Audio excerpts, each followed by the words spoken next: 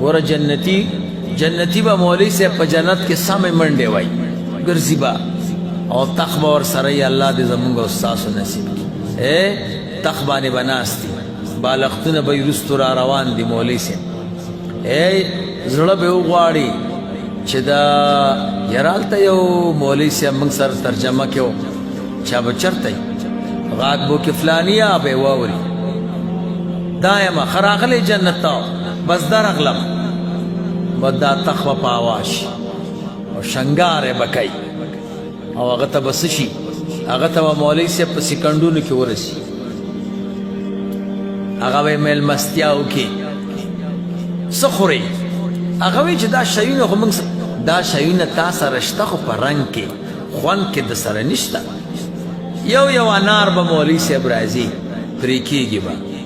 او کپله به ترې جوړېږي او ستا خولې ته به درکړي یا به یې غلمان راوړي مولوی صاحب ته به هغه ته وایې چې دې خو داسې خوند وکړو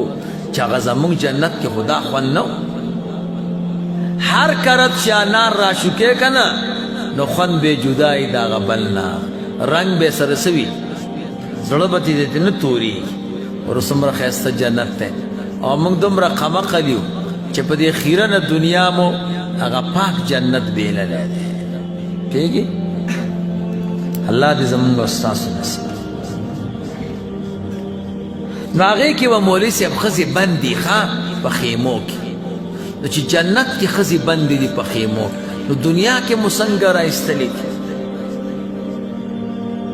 دنیا کې ګرځئ په دې بازارونو کې